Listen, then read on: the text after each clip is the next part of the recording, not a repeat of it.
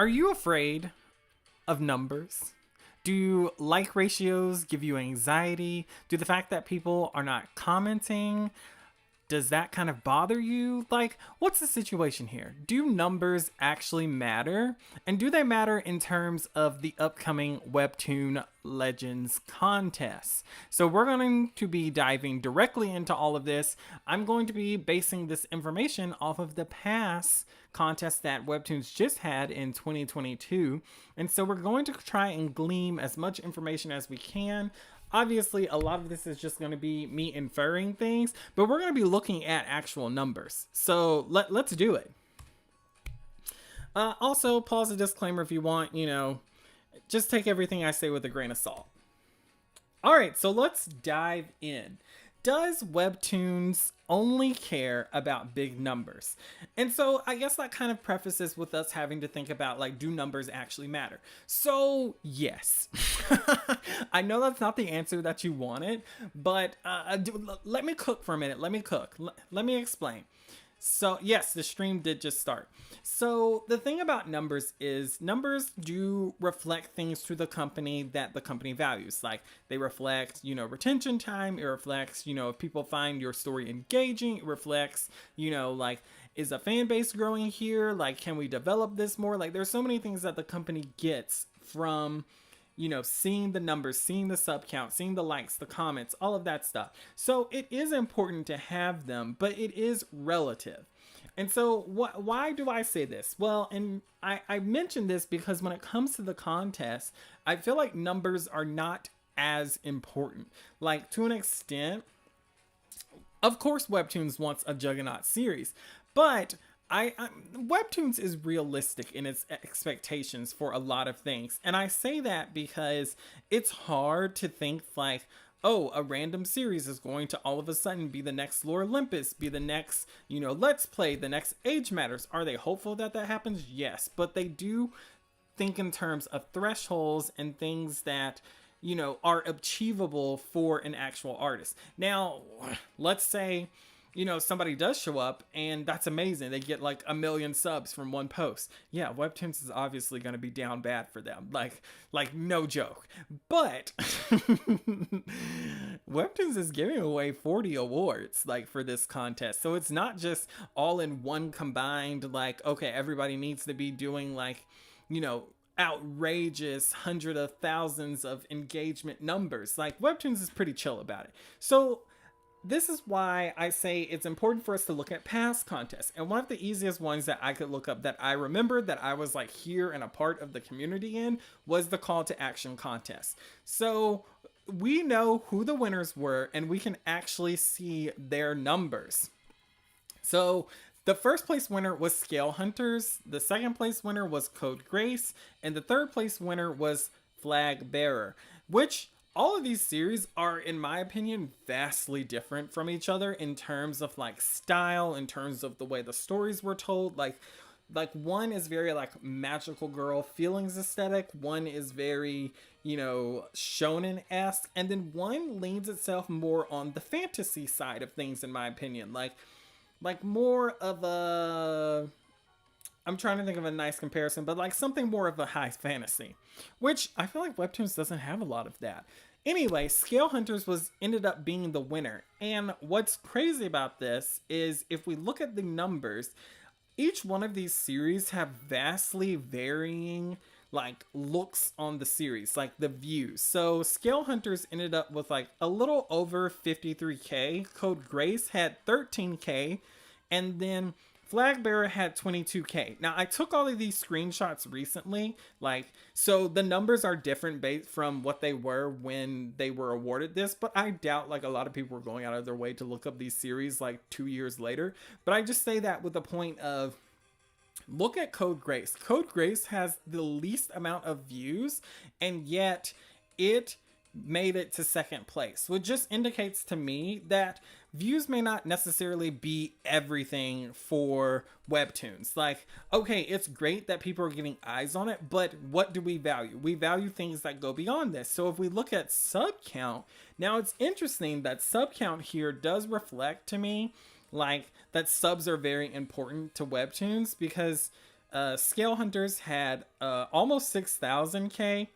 Code Grace has a little over 22K, and then Flag Bearer has a little over 1,500.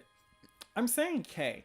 Like, I meant 2,200. Like, my mind is still thinking about those big numbers. So, look at the screen to get the actual numbers. But my point here is, like, in my opinion, these are all really small, very obtainable numbers for anyone. Like, does it take a lot of work to get like one fan? Absolutely. But these are not astronomical numbers that are like, oh, they posted this and they got 10K subs. Oh, they posted this and got 20K subs. Like, these are relatively low thresholds that I think any creator could easily obtain and accomplish. So, like, yes, Webtoons was looking at sub counts, I think, but also not so strictly that they felt like if your sub count is low, it means you're going to lose.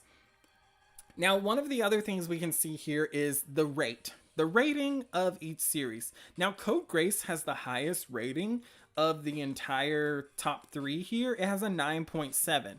Well, that's like insane. I preach this all the time and I'm just like, dudes, like, these Webtoon numbers make no sense. Like, no series should be above a 9, in my opinion. Like, the best series in the game that are 10s out of 10s are those that survive time. They are the historical series that people find inspiration from in every generation.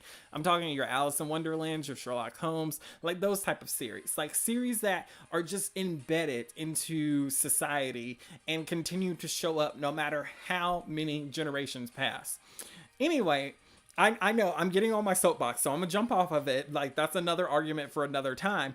But if we look here, like, Scale Hunters, its rating is lower than Code Grace, which is crazy because you would think that the rating would be more important, because obviously a rating is how people indicate whether they enjoyed something or disliked something or whatever. But if we base it off of that, then Code Grace should have been number 1.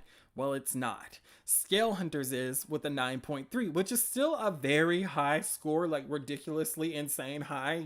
I'm not gonna go down that alley, but to me, this really just indicates that the rate system is not the end all be all. And then we get to Flag Bearer, which is number 3. It came in at an 8.8, which, oh my god, an 8.8. What will we do? It's a terrible series. No, like, an 8.8 is good. and here's the thing, like, I feel like the feeling of the rate system is like very creator sided, because like I don't think Webtoons views it as bad. Like, Webtoons probably looks at it, and because they have all the numbers too, they're like, people are engaging with this content. We love it. But for anyone else, I feel like anybody would be like, oh, it got below a 9. It's doing terrible. Apparently, Webtoons said, we don't care. Bet it's number 3. It's an original, which is an original right now. It has over 50 episodes that's ongoing. Like, amazing, ridiculously crazy. Like, I cannot believe how fast this series got out. Like, the creator of this series was on Canvas for a while before, so this is kind of like a side story of their main story. But my point is with all of this is, like, you can just tell to me that this just really indicates to me that Webtoons was really focused on the story and not necessarily the numbers. Like, do they want big numbers? Absolutely. Do numbers play a factor? Yes, Webtoons has said it does. They're like, it's a 40% influence on the overall score.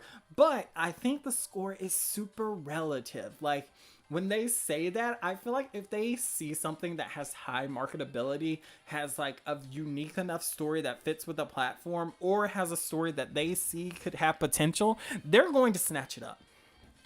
So my last thing that I wanted to show you guys, or wanted to indicate to you guys, is here you can see the number of hearts. I didn't write down the comments, so that was kind of dumb on my part, which I'm sorry about that. Maybe I'll bring that up in a future video when we break down each one of these series. Plan here, I'm planning to break down Scale Hunters, Code Grace, and Flag Bearers CTA entry to really show you guys, like, the type of storytelling, the level of storytelling, the art style, all of that stuff that Webtoons indicates that it likes based off of these top 3 winners. But if we look at the like numbers, they're not super high. Like, I would say for Scale Hunters, it is a good amount of likes. It's almost comparable to the amount of subs that it has, and I kind of contribute that to the fact that it won. So probably a lot of people were like they were down bad for the series. Like everybody was just probably showing it so much support and giving it like a leg up. So it has a little over 4,100 hearts.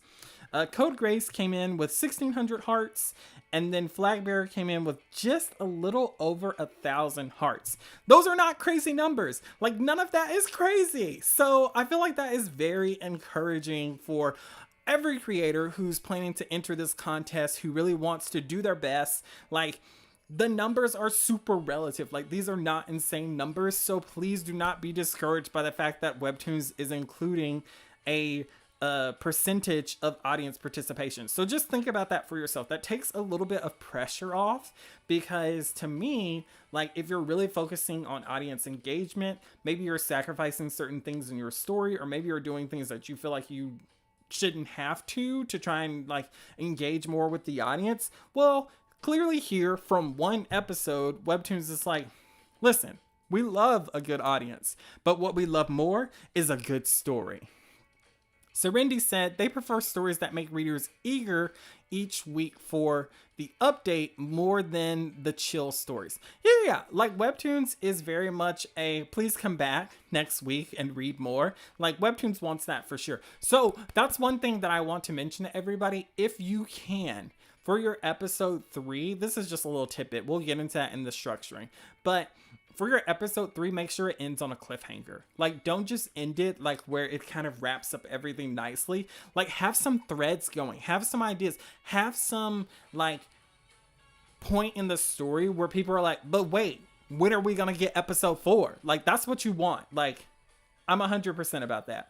Okay, so now let's look at the other winners, because maybe you guys are like, okay, well, obviously the top 3 are going to have, you know, high to decent, like, ranked numbers. So what about the other ones? Let's move forward. Okay, so you can totally take a screenshot of this. Like, I put this together so that we could easily see the numbers for all of these series, and so that you guys could really understand that, like, the numbers are super duper relative. And I just want to point out a few things here in particular. 1 second. Like, look at like number 4 through 10.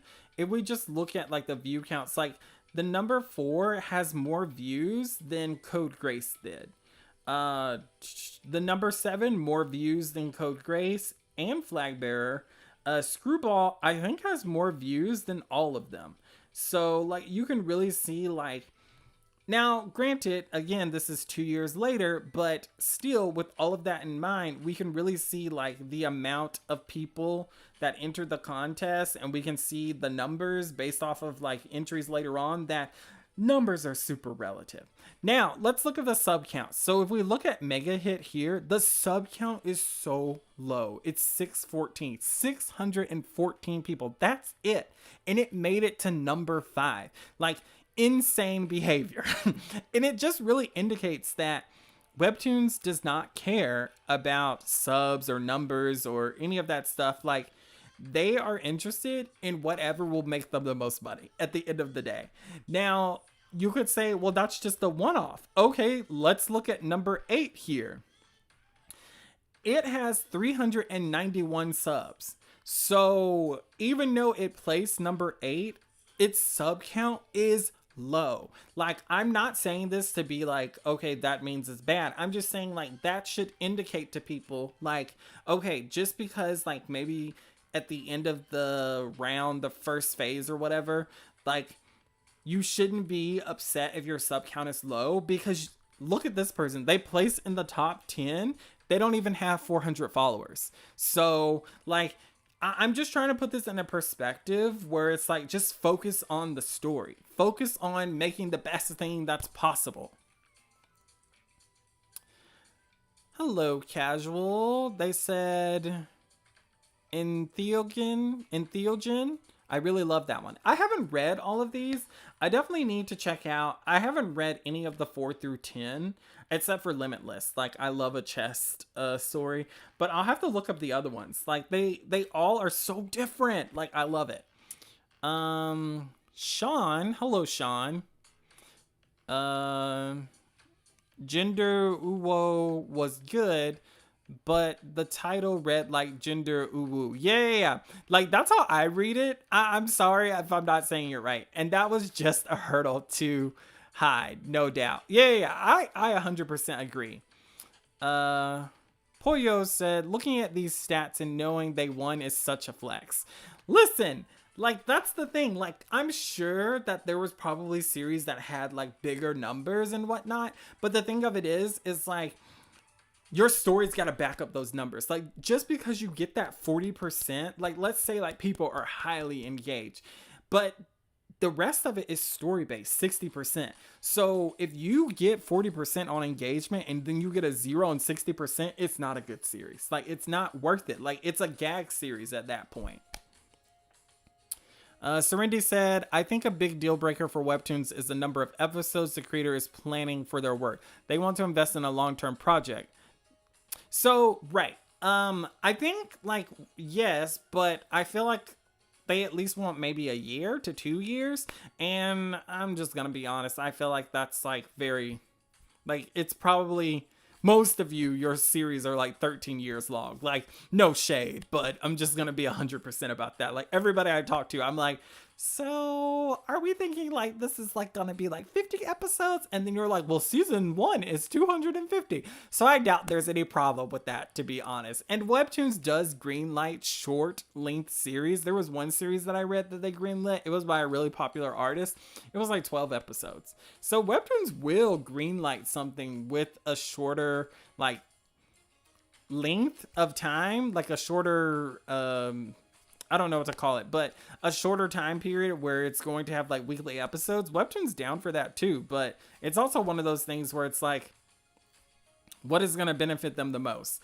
And every situation varies, and that's why every contract is different. That's why every Webtoons creator experience is different, because like so much of it is varied. Like, we can obviously get good insight from people who work with them to get an overall like look, but also like the look is always going to be skewed by the individual.